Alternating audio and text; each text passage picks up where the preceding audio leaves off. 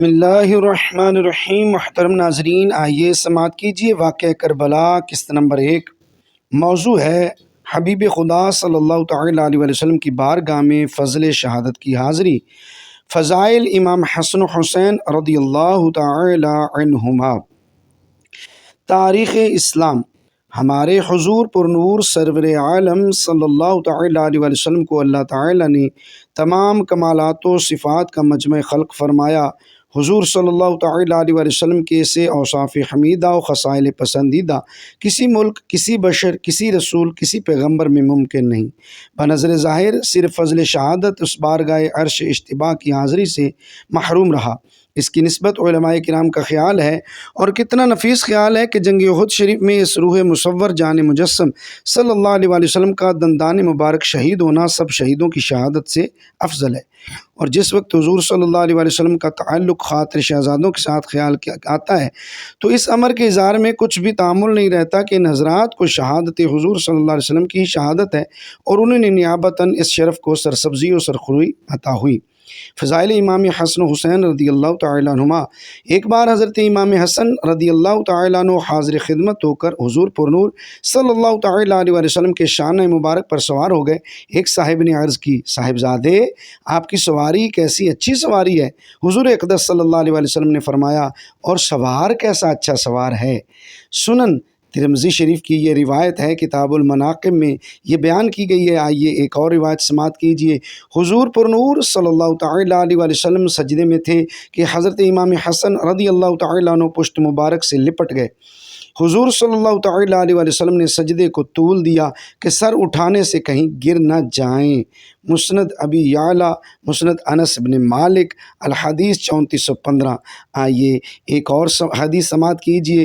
امام حسن اور امام حسین رضی اللہ تعالیٰ عنہما کی نسبت ارشاد ہوتا ہے، ہمارے یہ دونوں بیٹے جوانان جنت کے سردار ہیں۔ سنن ترمذی شریف، کتاب المناقب، باب مناقب ابی محمد الحسن۔ اور فرمایا جاتا ہے کہ ان کا دوست ہمارا دوست، ان کا دشمن ہمارا دشمن۔ یہ بھی سنن ابن ماجہ کی روایت ہے، کتاب السنہ، باب فضل الحسن والحسین میں یہ حدیث بیان کی، اور فرماتے ہیں کہ یہ دونوں عرش کی تلواریں ہیں، یعنی امام حسن اور حسین عرش کی تلواریں ہیں۔ اور فرماتے ہیں کہ حسین مجھ سے ہے اور میں حسین سے ہوں۔ اللہ دوست رکھے اسے جو حسین کو دوست رکھے۔ حسین سبت ہے اس بات سے۔ ایک روز حضور پر نور صلی اللہ تعالیٰ علیہ وسلم کے داہنے زانوں پر حضرت امام حسین رضی اللہ تعالیٰ عنہ اور بائیں پر حضور صلی اللہ تعالیٰ علیہ وسلم کے صاحبزادے حضرت ابراہیم رضی اللہ تعالیٰ عنہ بیٹھے تھے۔ حضرت جبریل علیہ السلام نے حاضر ہو کر عرض کی کہ ان دونوں کو خدا حضور صلی اللہ تعالیٰ علیہ وسلم کے پاس نہ رکھے گا، ایک کو اختیار فرما لیجئے۔ حضور صلی اللہ علیہ وسلم نے امام حسین رضی اللہ تعالیٰ عنہ کی جدائی گوارا نہ فرمائی۔ 3 دن بعد حضرت ابراہیم رضی اللہ تعالیٰ عنہ کا انتقال ہو گیا۔ اس واقعے کے بعد جب حاضر ہوتے، آپ صلی اللہ تعالیٰ علیہ وسلم بوسے لیتے اور فرماتے، مرحبا بمن فدیۃ بابنی، اس ایسے کو مرحبا جس پر میں نے اپنا بیٹا قربان کیا۔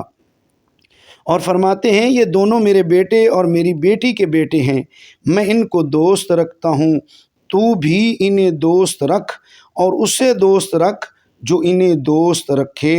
سنن ترمذی شریف کی یہ روایت بیان کی گئی۔ حضرت فاطمۃ الزہرا بطول زہرا رضی اللہ تعالی عنہا سے آپ سرکار صلی اللہ علیہ وسلم نے فرمایا کہ میرے دونوں بیٹوں کو لاؤ، پھر دونوں کو سونگھتے اور سینہ انور سے لگا لیتے۔ سبحان اللہ۔ محبوبان بارگاہ الہی عز و جل اور قانون قدرت، جب حضور پر نور صلی اللہ تعالیٰ علیہ وسلم کے یہ ارشاد اور شہزادوں کی ایسی پاسداریاں، ناز برداریاں یاد آتی ہیں اور واقعات شہادت پر نظر جاتی ہے تو حسرت کی آنکھوں سے آنسو نہیں، لہو کی بوندیں ٹپکتی ہیں، اور خدا عز و جل کی بے نیازی کا عالم آنکھوں کے سامنے چھا جاتا ہے۔ یہ مقدس صورتیں خدا عز و جل کی دوست ہیں، اور اللہ جل جلالہ کی عادت کریمہ ہے کہ دنیاوی زندگی میں اپنے دوستوں کو بلاؤں میں گھرا رکھتا ہے۔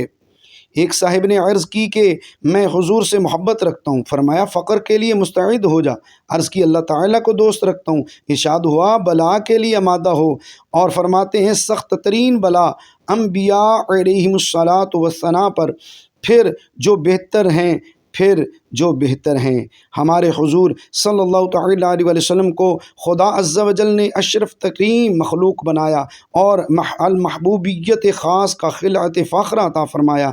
اسی وجہ سے دنیا کی جو بلائیں آپ صلی اللہ علیہ وسلم نے اٹھائیں اور جو مصیبتیں آپ صلی اللہ علیہ وسلم نے برداشت کیں، کسی سے ان کا تحمل ممکن نہیں۔ اللہ محبوبیت کی تو وہ ادائیں کہ فرمایا جاتا ہے لولاک لما خلقت الدنیا، اے محبوب میں اگر تم کو نہ پیدا کرتا تو دنیا ہی کو نہ بناتا۔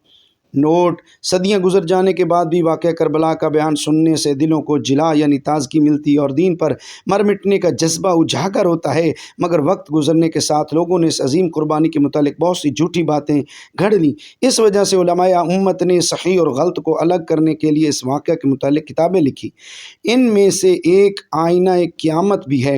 یہ مستند کتاب شہنشاہ سخن استاذ زمن برادر اعلیٰ حضرت مولانا حسن رضا خان علیہ رحمۃ الرحمن کی تصنیف ہے۔ الحمدللہ اس کتاب سے ہی واقعہ کربلا کی تحریریں تیار کی جا رہی ہیں۔ بہت مختصر کتاب کے بارے میں جانیے۔ کتاب کا نام آئینہ قیامت، مصنف کا نام ہے حضرت علامہ مولانا حسن رضا خان علیہ رحمۃ الرحمن، اور پیشکش یہ کی ہے، شعبہ تخریج ہے مجلس المدینۃ العلمیہ، ناشر ہے مکتبۃ المدینہ، فیضان مدینہ، محلہ سوداگران، پرانی سبزی منڈی، باب المدینہ، کراچی۔ تو واقعہ کربلا کو اپنی طرف سے بڑھا چڑھا کر بیان کرنا درست نہیں۔